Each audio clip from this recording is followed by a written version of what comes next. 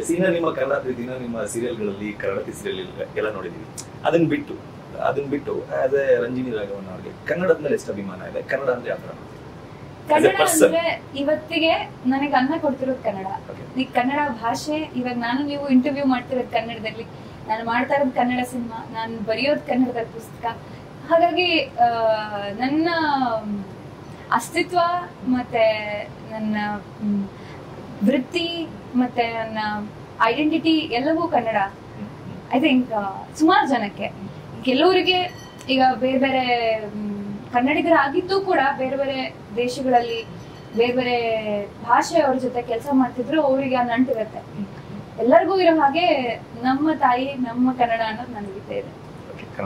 ಅದಕ್ಕೆ ತುಂಬಾ ಹೇಳ್ಕೊಂಡ್ರೆ ಅದು ಯಾಕಂದ್ರೆ ಸೀರಿಯಲ್ಗಳಲ್ಲಿ ಅದೇ ತರದೊಂದು ಕ್ಯಾರೆಕ್ಟರ್ ಪ್ಲೇ ಮಾಡುವಾಗ ನಿಮ್ಮ ಡೈಲಾಗ್ ಡೆಲಿವರಿ ಆಗಿರ್ಬೋದು, ನಿಮ್ಮ ಆಕ್ಟಿಂಗ್ ಆಗಿರ್ಬೋದು ನೋಡಿದ್ವಿ. ಆಸ್ ಎ ಪರ್ಸನ್ ಆಗಿ ನನ್ಗೆ ಏನು ಅಂತ ಕೇಳಬೇಕಿತ್ತು, ಅದಕ್ಕೋಸ್ಕರ ಕೇಳಿದಷ್ಟೇ. ಪರ್ಸನ್ ಆಗಿ ನನ್ ಚಿಕ್ಕ ವಯಸ್ಸಿಂದನೂ ಅದು ಹೇಗೋ ಹಾಗೆ ಮನೆಯಿಂದ ಬಂದ್ಬಿಟ್ಟಿದೆ. ಈಗ ನಾನು ಒಂದ್ ಹೇಳ್ತೀನಿ, ಬೆಂಗಳೂರು ಅವರು ಅಂದ ತಕ್ಷಣ ಸಿನಿಮಾ ಟಿವಿಲೆಲ್ಲ ಒಂಥರ ಪೋಟ್ರೆ ಮಾಡ್ತಾರೆ, ಬೆಂಗಳೂರು ಕನ್ನಡ ಮಾತಾಡಲ್ಲ. ಅದು ನಾವು ಅಪ್ಪಟ ಬೆಂಗಳೂರಿಗರು, ಮತ್ತೆ ಮನೇಲಿ ನಾವು ಕನ್ನಡನೇ ಮಾತಾಡೋದು, ಅಪ್ಪಟ ಕನ್ನಡಿಗರು. ನಮ್ ಕನ್ನಡ ಮಾತಾಡೋದೇ ಖುಷಿ. ನಾನು ಇಂಗ್ಲಿಷ್ ಮಾತಾಡಿಲ್ಲ ಅಂತ ಸ್ಕೂಲಲ್ಲಿ ಫೈನ್ ಕಟ್ಟಿರೋಳು, ₹5 ಗೋಲ್ಕಕ್ ಹಾಕ್ಬೇಕಿತ್ತಲ್ಲ ಆ ತರ. ಅಂದ್ರೆ ನಾವೆಲ್ಲ ಚಿಕ್ಕವರಿದ್ದಾಗ ನಮ್ ಟೀಚರ್ಸ್ಗೆ ಅರ್ಧಂಬರ್ಧ ಇಂಗ್ಲಿಷ್ ಬರ್ತಾ ಇದ್ದಿದ್ದು. ಆಗ್ತಾನೆ ಮೇ ಬಿ 90s ಕಿಡ್ಸ್ ಅವ್ರ ಟೀಚರ್ಸ್ ಯಾರೋ ಒಂದ್ 2-3 ಕ್ರಿಶ್ಚಿಯನ್ ಟೀಚರ್ಸ್ ಎಲ್ಲ ಕಾನ್ವೆಂಟ್ ಅಲ್ಲಿ ಓದ್ಕೊಂಡ್ ಬಂದಿರೋ, ಅವ್ರು ಫ್ಲೂಯೆಂಟ್ ಆಗಿ ಮಾತಾಡೋರು.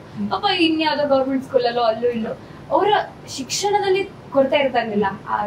ಇಂಗ್ಲಿಷ್ ಅನ್ನೋದೇ ಒಂದ್ ನಾಲೆಜ್ ಅಂತ ಮಾಡ್ಬಿಡ್ತಾ ಇದ್ರಲ್ಲ, ಒಂದ್ ಭಾಷೆನ ಮೀರಿ ಅದು. ಪಾಪ ಅವರೆಲ್ಲ ಸ್ಟ್ರಗಲ್ ಮಾಡ್ತಾ ಇದ್ರು, ಮ್ಯಾಥ್ಸ್ ನ, ಸೈನ್ಸ್ ನ, ಯಾವ್ದಾದ್ರು ಬೇರೆ ಬೇರೆ ಸಬ್ಜೆಕ್ಟ್ ನ ಇಂಗ್ಲಿಷ್ ನಲ್ಲಿ ಹೇಳಿ ಅಂದ್ರೆ ಅವರು ಪಾಪ ಬಟ್ಲರ್ ಇಂಗ್ಲಿಷ್ ಅಲ್ಲಿ ಮಾತಾಡ್ತಾ ಇದ್ರು. ಅವ್ರು ನೋಡ್ಕೊಂಡು ನಾವು ತಪ್ಪ ಇಂಗ್ಲಿಷ್ ಕಲ್ತ್ಕೋತಾ ಇದ್ವಿ. ಐ ಥಿಂಕ್ ಒಂದ್ PUC ಹಂಗ್ ಬಂದಾಗ ನನಗೆ ಪ್ರಾಪರ್ ಆಗಿ ಇಂಗ್ಲಿಷ್ ಹೇಗೆ ಮಾತಾಡೋದು, ಅದು ಕರೆಕ್ಟ್ ಆಗಿ ವೊಕ್ಯಾಬುಲರಿ ಏನು, ಗ್ರಾಮರ್ ಏನು, ಅದ್ ಮಾತಾಡಿದ್ರೆ ಫ್ಲೂಯೆನ್ಸ್ ಆಗಿ ಹೆಂಗ್ ಕಾಣಿಸ್ತುತ್ತೆ, ಇದೆಲ್ಲ ನಂಗೆ ತಿಳ್ಕೊಂಡಿದ್ದೆ ಅವಾಗಿಂದ. ಅಲ್ಲಿ ತನಕ ನಾವು ಅಂತಾನೆ ಮಾತಾಡ್ತಾ ಇದ್ವಿ. ಇವತ್ತಿಗೆ ಅದನ್ನ ನೆನ್ಸ್ಕೊಂಡ್ರೆ, ಲೈಕ್ ನೀವ್ ಹೇಳಿದ್ರಿ ಈಗ ₹5 ಗೋಲ್ಕ ಕಟ್ತಾ ಇದೆ, ಫೈನ್ ಕಟ್ತಾ ಇದೆ, ನಾನು ಕನ್ನಡ ಮಾತಾಡಿ ಇಂಗ್ಲಿಷ್ ಮಾತಾಡ್ತಿಲ್ಲ ಅಂತ. ಅದನ್ನ ಇವತ್ತಿಗೆ ನೆನ್ಸ್ಕೊಂಡ್ರೆ ಕೋಪ ಬರುತ್ತಾ, ಬೇಜಾರಾಗುತ್ತೆ? ಏನು ಅನ್ಸಲ್ಲ. ಪಾಪ ಸ್ಕೂಲ್ ಅವ್ರದ್ದು ಪ್ರೆಷರ್ ಅದು, ಮಕ್ಕಳಿಗೆಲ್ಲ ಇಂಗ್ಲಿಷ್ ಕಲ್ಸಿ ಅವ್ರು ಹೇಳೋ ತುಂಬಾ ದೊಡ್ಡ ಸಾಧನೆ ಮಾಡ್ಬಿಟ್ಟಿದ್ದಾರೆ ಅಂತ ಅವ್ರ ಪ್ರಯತ್ನ ಅದು. ನನಗೆ ಅವತ್ತಿನ ಬಗ್ಗೆ ಬೇಜಾರಿಲ್ಲ, ಯಾಕಂದ್ರೆ ನಮ್ಗೆಲ್ಲ ಇಂಗ್ಲಿಷ್ ಕಲಿಯೋದು ಅಗತ್ಯ ಇತ್ತು, ಆಮೇಲೆ ಕಲ್ತ್ರೆ ನಮ್ಗೆ ಉಪಯೋಗ ಆಗ್ಬೇಕಾಗಿತ್ತು. ಇವತ್ತಿನ ಬಗ್ಗೆ ಬೇಜಾರಿದೆ, ಯಾಕಂದ್ರೆ ಮಕ್ಳಿಗೆ ಆಲ್ರೆಡಿ ಇಂಗ್ಲಿಷ್ ಬರ್ತಾ ಇದೆ.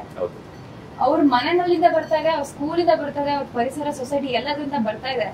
ಆದ್ರೂ ಕನ್ನಡ ಮಾತಾಡೋದಲ್ಲ ಅಂತವ್ರ ಬಗ್ಗೆ ಬೇಜಾರು. ಆತರ ಅಂದ್ರೆ ಆ ಅಭಿಮಾನ ಕಮ್ಮಿ ಆಗ್ಬಾರ್ದು. ನಮಗೆ ಕನ್ನಡ ಎಲ್ಲೋದ್ರೂ ಬಂದೇ ಬರುತ್ತೆ, ನಮ್ಗೆ ಇಂಗ್ಲಿಷೇ ಬರ್ತಾ ಇರ್ಲಿಲ್ಲ ಆತರ. ಪಾಪ ನಮ್ ಟೀಚರ್ಸ್ ಪ್ರಯತ್ನ ಏನ್ ತಪ್ಪಿಲ್ಲ ಅನ್ಸುತ್ತೆ. ಎಷ್ಟೋ ಜನ ಕನ್ನಡ ಬಂದ್ರು ಕನ್ನಡ ಮಾತಾಡದೇ ಇರೋ ನಟಿ ಮಣಿಯರಲ್ಲ, ಇದನ್ನ ನೋಡಿ ಕಲ್ತ್ಕೊಳ್ಳಿ.